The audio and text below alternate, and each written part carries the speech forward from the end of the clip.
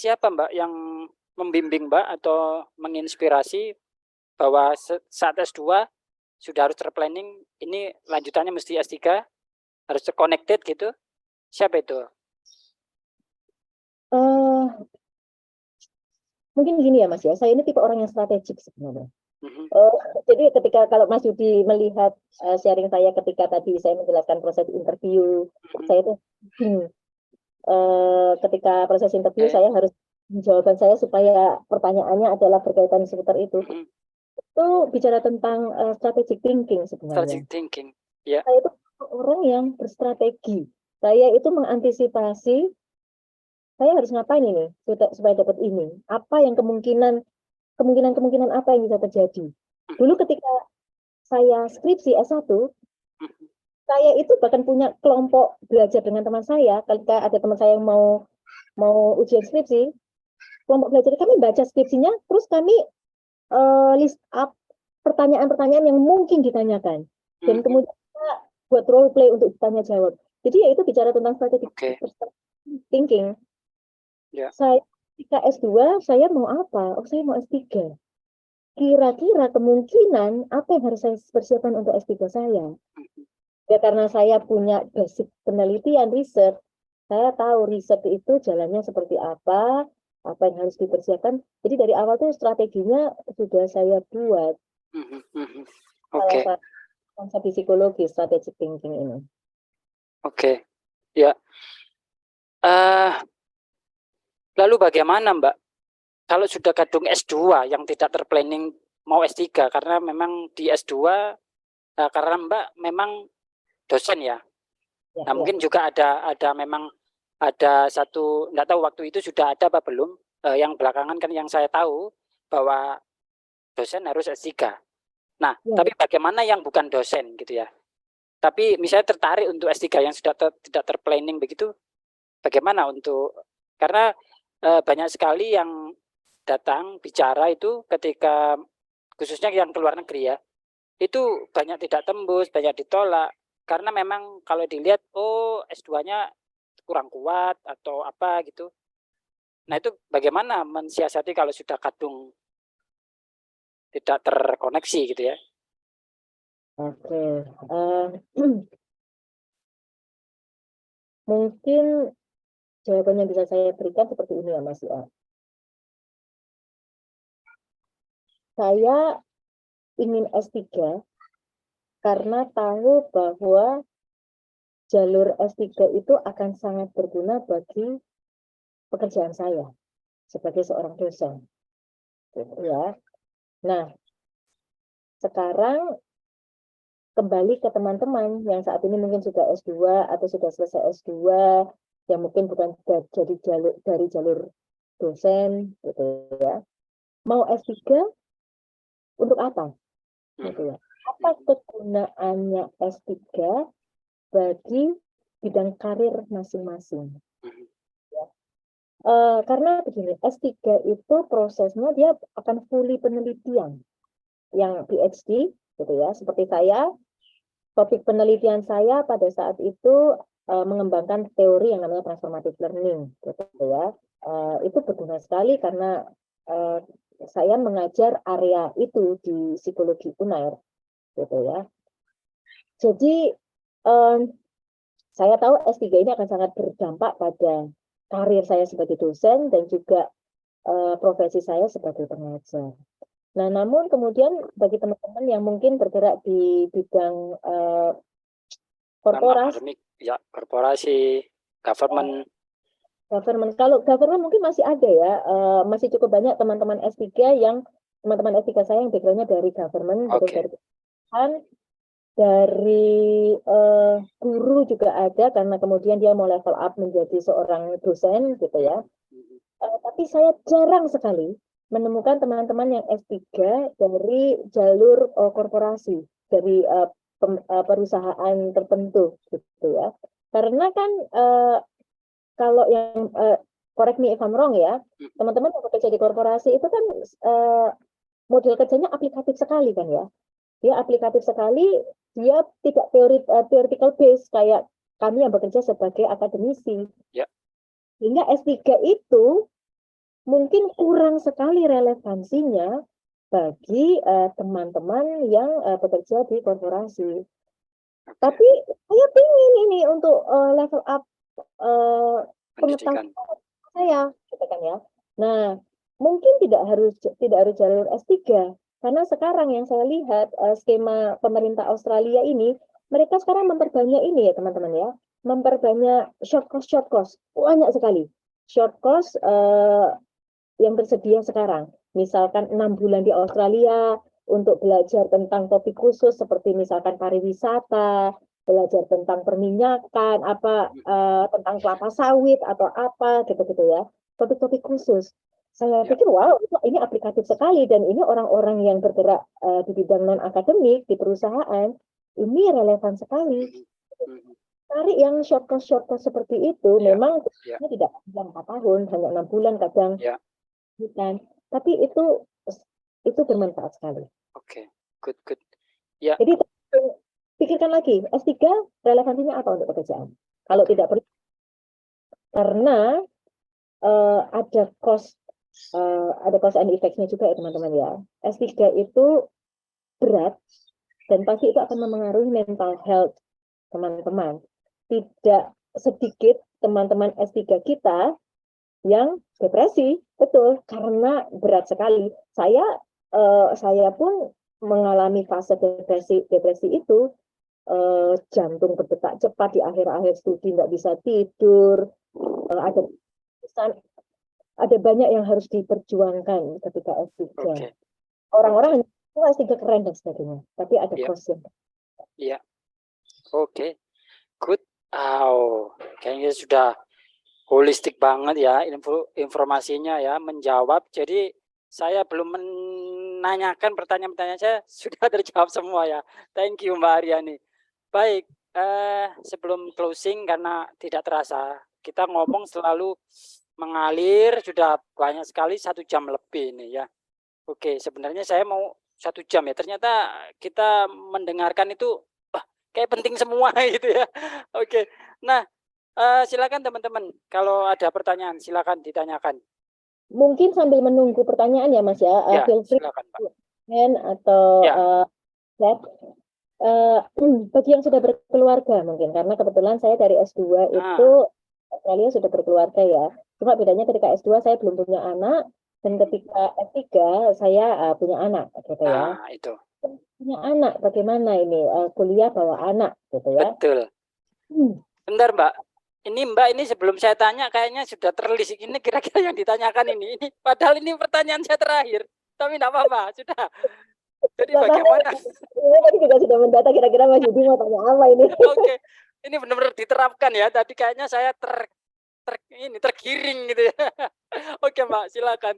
Seneng. Oke, untuk beasiswa yang Australian government kayak AAS, itu kita itu dapat benefit. Salah satunya adalah yang disebut sebagai child care benefit atau family benefit gitu ya. Anak-anak teman-teman yang mungkin belum usia sekolah, kayak dulu saya bawa anak saya usia 6 bulan gitu ya, untuk S3. Jadi kan dia harus ke child care, dan biaya child care di Australia itu mahal sekali. 1 hari itu bisa mencapai $100. Wow. 1 hari, wow. 1 hari. Jadi untuk kalau keadaan kita taruh di childcare 5 hari ya $500 sendiri sudah lari ke childcare. Tapi keuntungannya kalau dapat family benefit atau childcare benefit itu kita dipotong 80-90%. Banyak sekali kan ya, hampir 100%. Nah itu menguntungkan sekali bagi teman-teman yang dapat beasiswa Australian Government kayak AAS, kayak Endeavour gitu kan ya. Tapi bagaimana dong kalau bagi yang tidak dapat beasiswa dari Australian Government, kayak teman-teman yang dari LPDP, atau teman-teman yang dari Dikti, gitu, atau dari beasiswa universitas, gitu ya. Ya mau tidak mau harus berstrategi. Kalau merasa sanggup, ada teman-teman saya yang kemudian merelakan untuk hanya 1 anak yang ditaruh di childcare gantian gitu ya, 1 anak dibawa karena kalau S3 itu anak bisa dibawa ke office gitu ya, jadi anaknya si ibu ke office gitu ya. Nah ya tetap akhirnya harus berkorban Jadi siap-siap bagi teman-teman yang bukan Australian government, siap-siap untuk mengantisipasi masalah anak, childcare, dan sebagainya. Tapi kalau sudah usia sekolah, nah itu menguntungkan karena anak-anak dari pagi sampai biasa sekitar jam 3 atau setengah 3 itu ada di sekolah, ibu atau orang tua, si ayah bisa kuliah, bisa sekolah. Itu mungkin yang harus diantisipasi. Mas, kayaknya sudah ada pertanyaannya. Iya, oke. Itu ya, teman-teman. Bagi yang punya anak atau ya bersekolah. Nah, ini Mas Sunarno, strategi dapat promotor pembimbing kita dapat bagaimana, Mbak? Oke, strategi dapat promotor atau pembimbing. Ya, caranya menghubungi mereka. Saya mungkin sedikit sharing S3 saya ya. Uh, keuntungan saya ketika S3 karena proposal penelitian saya itu sudah saya siapkan sejak S2. Dan ini lanjutan dari sesi saya di S2.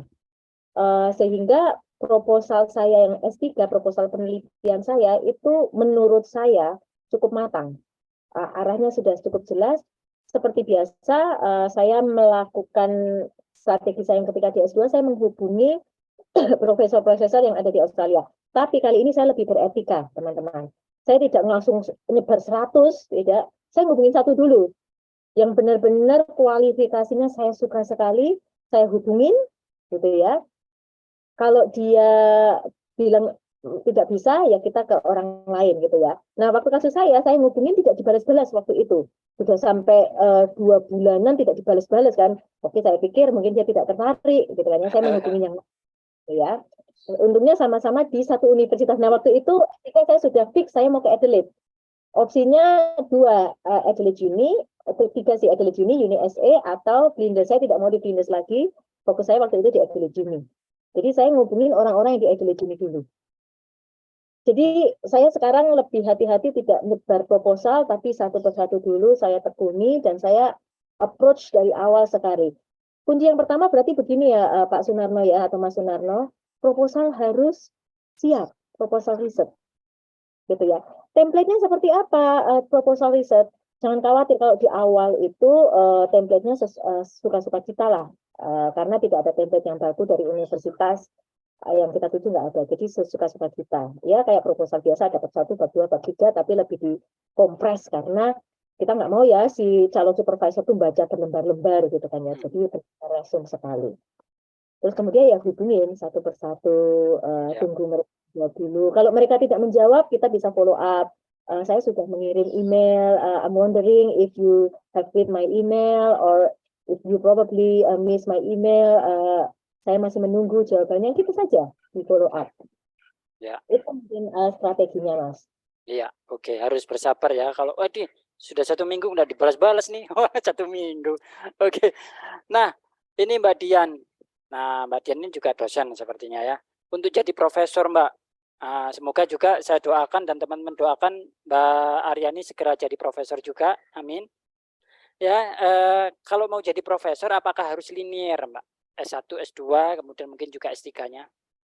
Iya, itu salah satu obrolan saya dengan beberapa teman yang kebetulan S1 dan S2 kami, S1 dan S2 saya tidak linear ya.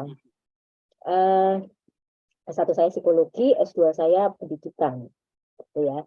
Tapi mungkin saya agak terbantu karena S3 saya pendidikan juga. Jadi S2 dan S3 saya linear gitu ya.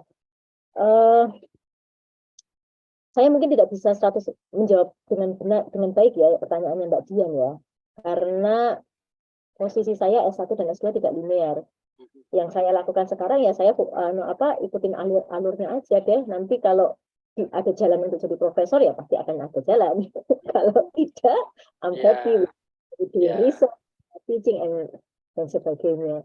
Ya, Jadi mungkin konsultasi dengan pihak yang berwenang di universitasnya untuk menanyakan tentang jalur profesorship ini. Iya, iya. Atau mungkin ada polisinya berubah bisa jadi ya Mbak ya. Oke. Tapi at the moment masih linear ya Mbak ya. At the moment peraturannya masih linear. Nggak tahu linear semua ya. Linear itu dari S1, S2, S3. Ya. Ada asalkan S2 dan S3 linear, saya tidak. Ya. Oke, baik. mendaftar S3 sebaiknya mencari profesor promotor dahulu atau mencari beasiswa dulu? Ini pertanyaannya Ya. bagus. Aha. Saya mencari promotor dulu. Karena tadi saya tahu kalau saya cari promotor, saya akan apply beasiswa.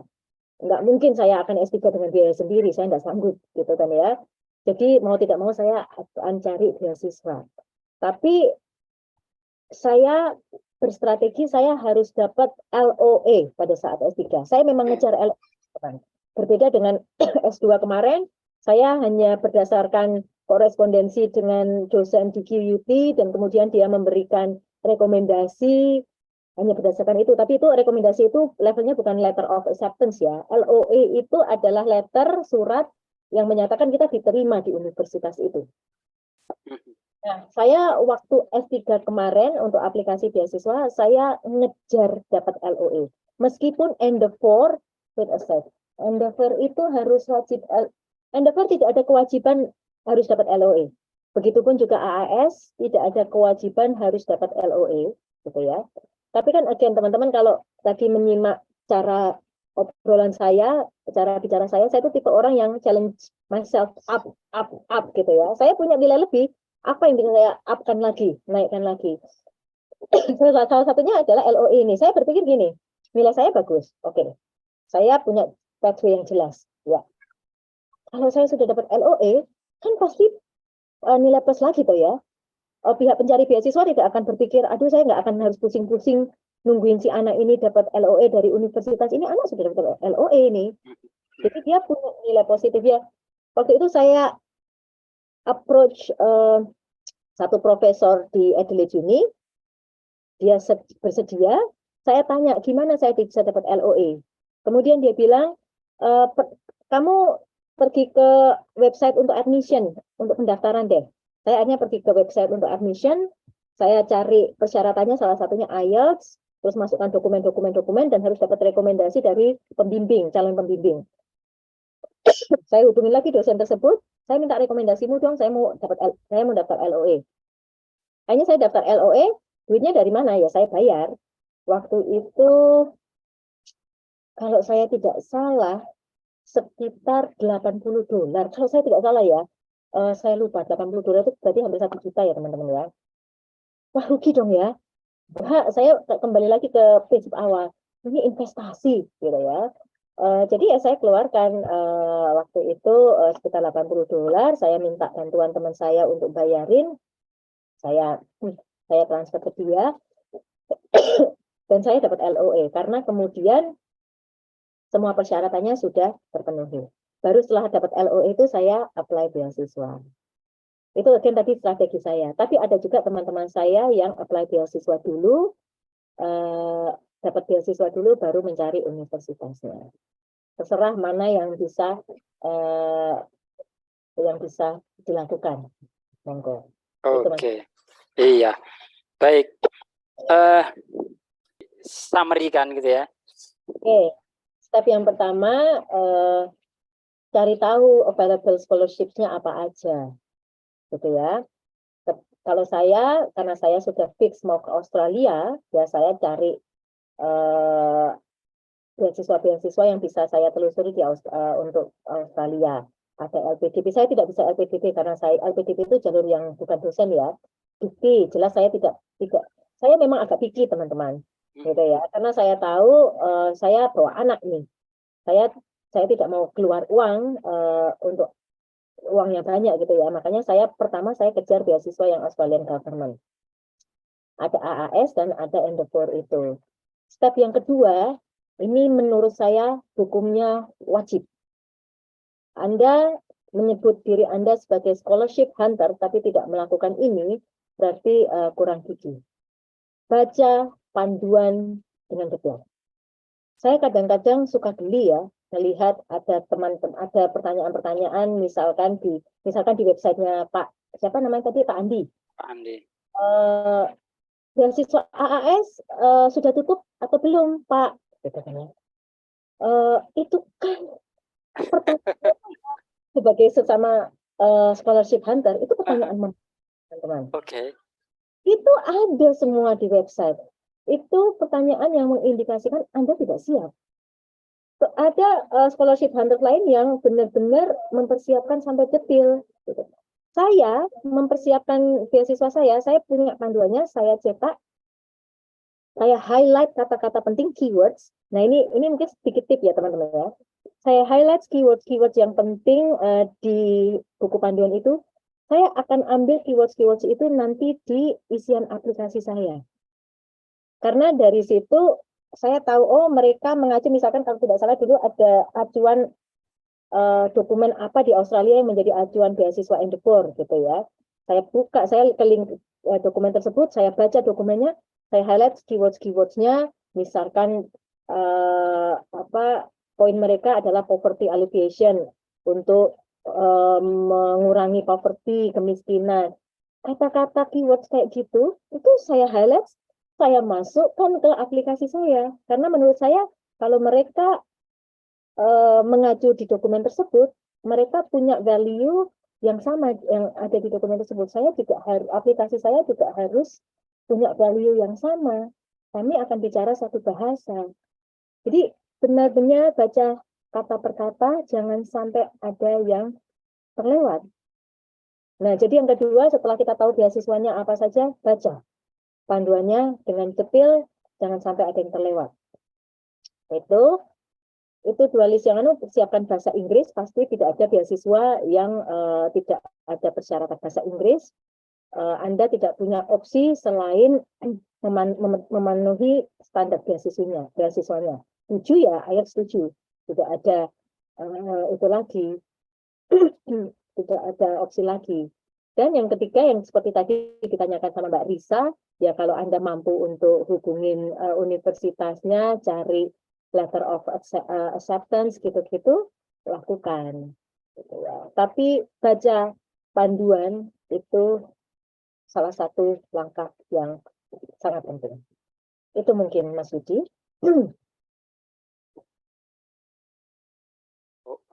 Oke, thank you Mbak Aryani ya.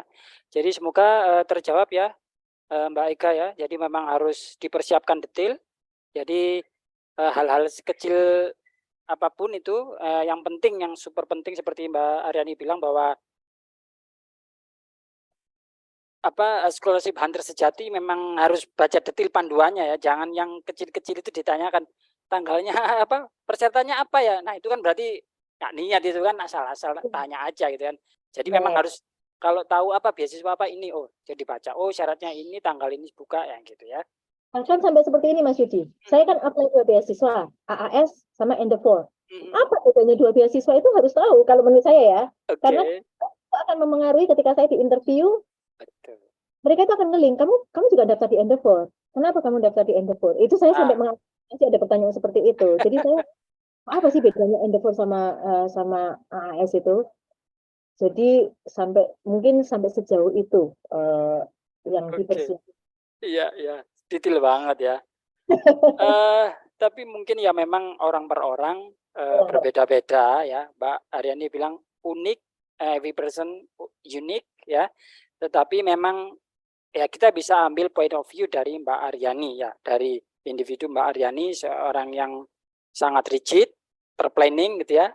Mungkin ada sebagian orang yang tidak seperti itu, tapi yang penting goalnya gitu ya. Nah, oke, saya memberikan satu karena judulnya adalah kunci ya, jadi saya ambil poin-poinnya kunci ya. Kalau dari yang sudah disampaikan tadi runtut banget ya, 1,5 jam, lumayan tidak terasa sebenarnya. Tapi saya tahu Mbak Aryani ada kesibukan lain dan juga teman-teman mungkin ada melakukan aktivitas lanjutan ya. Tapi saya sebelum nanti Mbak Aryani kasih closing statement untuk teman-teman di sini atau yang lihat video ini nantinya, saya ambil satu poin-poin penting ya, bahwa bagaimana kunci-kunci yang harus dipersiapkan untuk lolos beasiswa S2 maupun S3 ya, atau bisa jadi beasiswa S1 kalau teman-teman di sini ada yang mungkin SMA mau cari beasiswa S1 ya.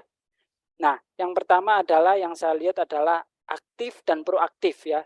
Jadi tidak nunggu, jadi harus mencari, kita yang datang kemudian mencari. Nah, riset skill itu penting ya. Karena Mbak Aryani adalah orang yang dari awal cenderung akademis ya. Tapi riset skill ya aktif dan proaktif yang saya pikir. Kemudian yang kedua adalah bahasa Inggris. Nah, itu suatu pokok ya yang tidak boleh dilewatkan, itu pokok. Bahasa Inggris harus dipersiapkan walaupun dalam tekanan ya. Kayaknya dalam tekanan kayaknya penting ya supaya kita terbus gitu ya. Yang kedua adalah, nah ini yang menurut saya penting adalah mengukur diri ya. Kelebihan kita apa? Kekuatan kita apa? Kalau kita kuat di sini kita poles, kita maksimalkan.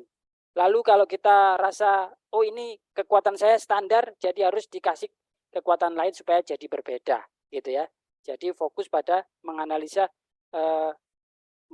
diri kita, kekuatan kita apa, kelemahan kita apa. Yang selanjutnya adalah percaya diri.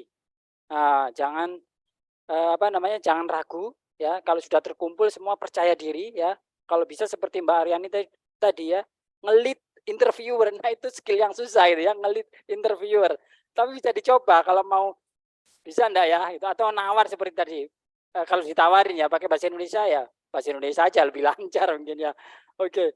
Nah, akademik tentunya ya. Tapi ternyata hal yang kontraproduktif juga yang saya dapatkan adalah ternyata dari cerita sharing temannya Mbak Aryani, ada juga yang secara akademik dibuktikan oleh IPK ya, ternyata kurang, tapi ada menonjolkan hal lain gitu ya. Bahasa Inggrisnya jauh lebih oke, pengalaman organisasinya juga banyak. Nah itu ya. Jadi seperti tadi, everyone is unique, jadi tonjolkan apa yang benar-benar kita kuat gitu ya, kita explore gitu ya, kita tonjolkan. Nah, itu kalau sudah berjalan. Jadi buat teman-teman yang lagi mempersiapkan, yang sekarang lagi S1, nah itu yang harus dituju untuk menjadi satu poin-poin penting. Nah, itu kesimpulan dari saya yang saya ambil. Tapi Mbak Aryani boleh menambahkan atau memberikan closing statement buat teman-teman di sini. Oke, mungkin closing statement ya. Sekaligus kalau menambahkan, saya pikir tadi rangkumannya sudah cukup lengkap. Closing statement-nya ya balik lagi sederhana sebenarnya. Jangan takut mencoba, karena sebenarnya mungkin Mas Yudi melihat melihat saya, wah ini kok kayaknya mulus gitu ya. Tapi mungkin tidak terkuat cerita bahwasanya saya benar-benar mulai dari scratch, dari nol Sebenarnya. gitu kan ya. Tetapi pengalaman itu akan terbangun sedikit demi sedikit karena mencoba. Dengan mencoba, kita tahu, oh saya kurang di bahasa Inggris. Saya ya harus PR saya bahasa Inggris. Kemudian setelah bahasa Inggris PR-nya terselesaikan, nyoba lagi, oh saya kurang di sini. Jadi meskipun ditolak atau diterima, pengalaman itu akan membuat kita tahu kita ini kurang apa yang harus diperlengkapi. Teman-teman, mungkin saya termasuk ada satu faktor sebenarnya yang juga ikut menentukan, percaya atau tidak percaya, faktor luck itu juga berpengaruh gitu ya. Orang akan melihat, wah ini kok lancar sekali ya beasiswa dari beasiswa ini, nggak usah ngelamar, nggak usah ditolak-tolak dapat beasiswa ini. Kalau saya melihat yang lebih pintar dari saya itu banyak. Saya itu bukan orang yang cemerlang, cerdas, luar biasa, enggak gitu ya. Mungkin ada satu faktor juga yaitu luck. Tapi saya berpikir luck itu akan mengikuti kita kalau kita mau mencoba.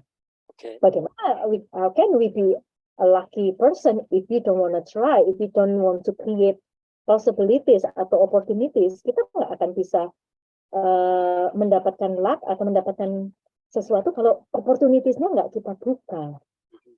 Nah, kita orang yang membuka kesempatannya itu, luck ataupun nanti dengan kerja keras, itu akan bisa mengikuti. Jadi dicoba. Nggak apa-apa tidak lulus, misalkan aduh gagal lagi 10 kali apply gagal, ada teman saya yang apply sampai 14-15 kali, coba aja gitu ya. Terus ini closing statement yang poin yang pertama. Yang kedua, ini kembali ke per person ya, masing-masing orang. Teman-teman melihat perjuangan mendapatkan beasiswa ini, perjuangan untuk tujuan apa sih? Kalau saya melihat ini, prospeknya adalah lebih besar. Saya mau melakukan apa dengan berbagai pengalaman belajar yang nanti saya peroleh di luar negeri. Sehingga semua pengorbanan yang saya lakukan, misalkan bahasa Inggris harus dengan uang sendiri, harus mendapatkan letter of acceptance untuk S3, ya saya merogoh kocek sendiri. Saya bukan orang yang ya masalah ekonomi itu masalah yang subjektif ya. Ada yang orang bilang ini orang berada. Saya mengatakan diri saya bukan orang berada, orang yang standar saja, gitu kan ya. Tetapi saya melihat ini investasi, dan investasi itu cepat atau lambat akan balik ke kita. Jadi saya tipe orang yang tidak ragu untuk kalau memang harus mengeluarkan, kalau memang harus menabung untuk les bahasa Inggris, menabung untuk melakukan sesuatu untuk peningkatan diri kita, ya saya lakukan. Karena saya tahu tercapai atau tidaknya nanti dapat beasiswa atau tidak, at least saya mendapat sesuatu dari proses belajar saya, proses investasi saya. Jadi mau berinvestasi, jangan Anda ingin dapat hasil yang bagus, tapi kemudian ngirit-ngirit, ya tergantung tiap orang masing-masing caranya beda-beda. Tapi kalau saya berani untuk berkorban karena saya berpikir itu investasi. Oke. Itu Mas Yudi. Oke, terima kasih summary-nya, closing statement-nya. Saya kira itu akan memberikan semangat ya. Bisa jadi sekali lagi orang per orang bisa berbeda, tetapi apa yang disampaikan Mbak Aryani bisa menjadi merubah pola pikir atau pola ya cara bertindak, bisa jadi ya, karena terbukti ya, proven. Oh oke. Misalnya selama ini kayaknya ini berbiaya, kayak enggak. Nah, tapi bisa jadi itu menjadi satu tindakan yang proven, ya udahlah gitu ya. Karena mindsetnya dirubah, itu menjadi sebuah investasi. Yang namanya investasi di pendidikan itu pasti tidak akan hangus, tidak akan bodong katanya gitu ya, investasi bodong. Tapi kalau investasi pendidikan, banyak orang mengatakan bahwa itu pasti kembali ya. Itu oke. Jadi ngobrol sama Mbak Aryani selalu menarik, antusias, dan nilainya bagus ya. Sebenarnya kalau boleh lanjut dan nanti saya bisa berangkat dari kata luck ya. Saya mungkin tidak cerdas, tidak ini, tapi faktor luck. Tapi menurut saya selama ini membaca buku, luck itu sebenarnya tidak datang tiba-tiba, luck. Tapi luck itu adalah dibangun yang pada satu titik tertentu, ini luck, enggak sebenarnya. Kalau saya menurut referensi yang saya baca, luck itu tidak datang tiba-tiba. Tapi jauh sebenarnya kita sudah bangun itu. Barulah kita datang, ini luck gitu ya. Nah, itu. Mungkin next kita bisa ngobrol lagi luck, how to build luck gitu ya. Yang sebenarnya itu bukan luck menurut saya. Oke. Baik, sekali lagi terima kasih Mbak Aryani atas waktunya ya, berkenan sharing untuk teman-teman di sini 1,5 jam live from Adelaide, Australia ya. Ini jam berapa ini Mbak? Selisih 3 jam kah? 9 jam 9 sekarang. Oke kan, selisih 3 jam ya. Hampir 3 jam ya. Terima kasih, bermanfaat. Semoga saya doakan Mbak Aryani sehat, karirnya lancar ya, dan juga semuanya lah lancar gitu ya. Dan tetap bersemangat, sharing, memberikan manfaat, membangkitkan teman-teman, apalagi Mbak Aryani seorang dosen dan juga seorang psikolog yang pasti sangat senang dengan perkembangan SDM Indonesia tentunya. Sekali lagi terima kasih juga teman-teman sudah bergabung ya. Terima kasih. Selamat akhir pekan. Sampai ketemu lagi. Bye.